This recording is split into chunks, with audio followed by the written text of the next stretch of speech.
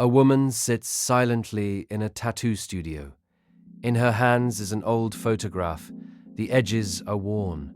The colors have faded. The person in the picture died years ago. In a few hours, the photograph will return to a drawer, but the face will remain, permanent, etched into skin, not for beauty, not for fashion, not even for art, but because she is fighting something every human eventually confronts: disappearance. Across the world, millions of people carry the names, faces, handwriting, fingerprints, and symbols of the dead on their bodies. Why? Why would someone willingly endure hours of pain for a person who can never return? Why do humans repeatedly transform grief into physical objects? And why does memory sometimes feel too fragile on its own?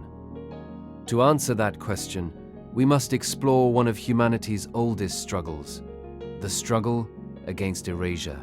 Welcome to the strange root.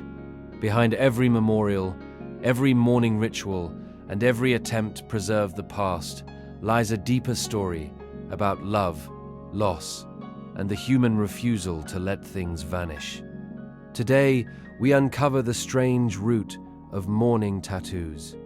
Death is not a single event, at least it does not feel that way. When someone dies, their absence arrives immediately.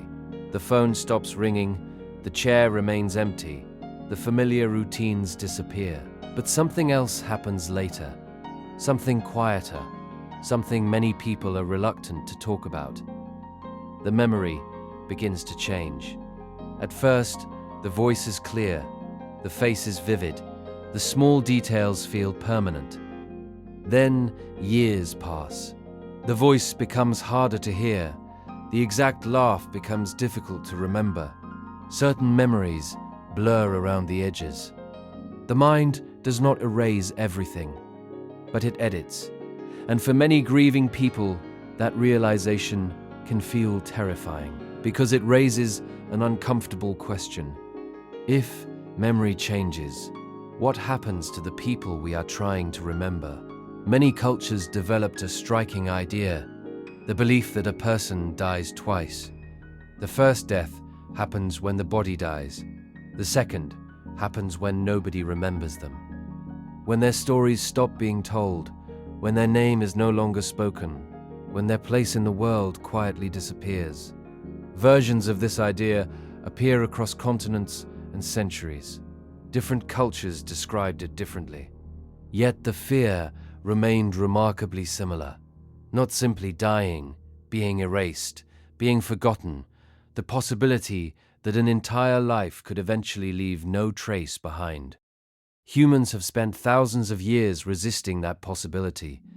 Throughout history, people have created objects to hold the dead close. Ancestor tablets, portraits, death masks, memorial stones, locks of hair preserved in jewelry, relics, photographs carried in wallets, objects kept long after they lose practical value. At first glance, these items seem unrelated, yet they all perform the same function. They transform memory into matter. They take something invisible and make it visible, something fragile and give it form. Because memory alone often feels unreliable, an object feels safer, more stable, more real.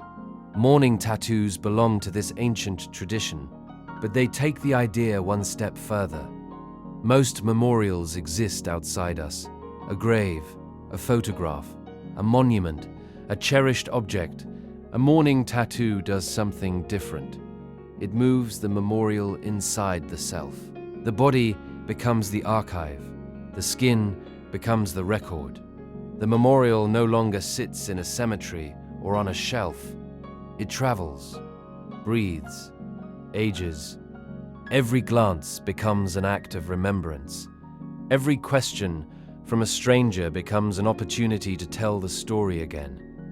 The tattoo quietly transforms the body into a vessel carrying someone else's memory forward.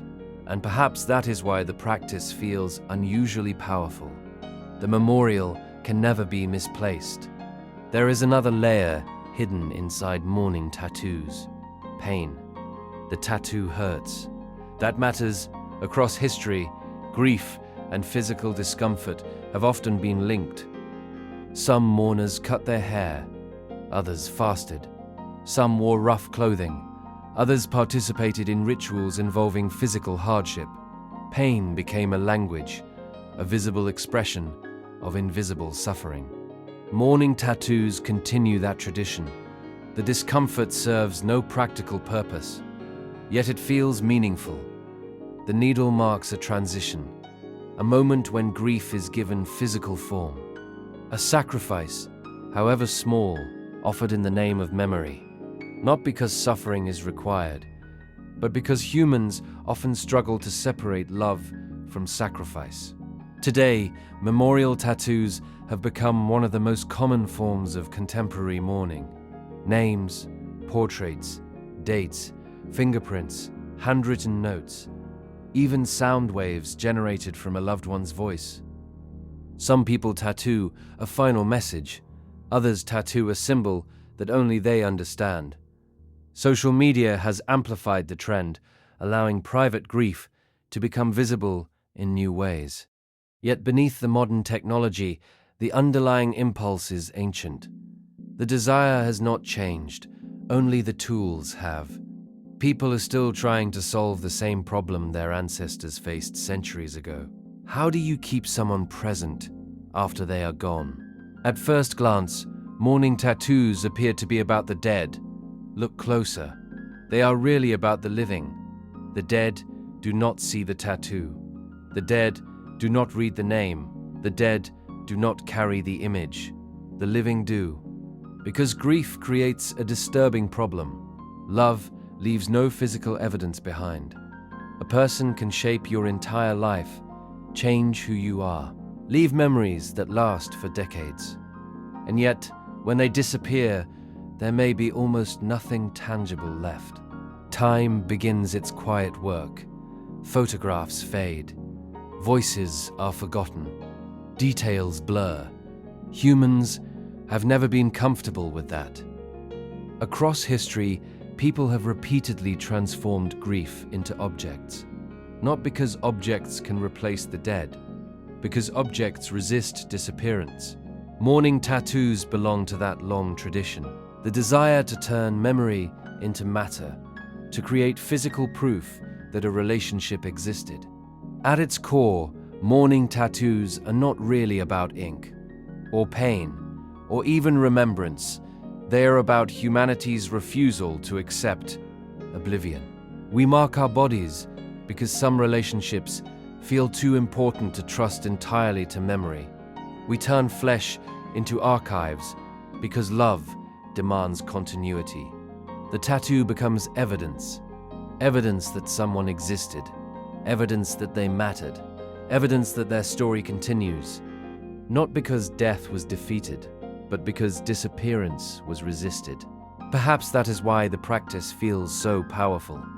The tattoo says something simple, something humans have been trying to say for thousands of years.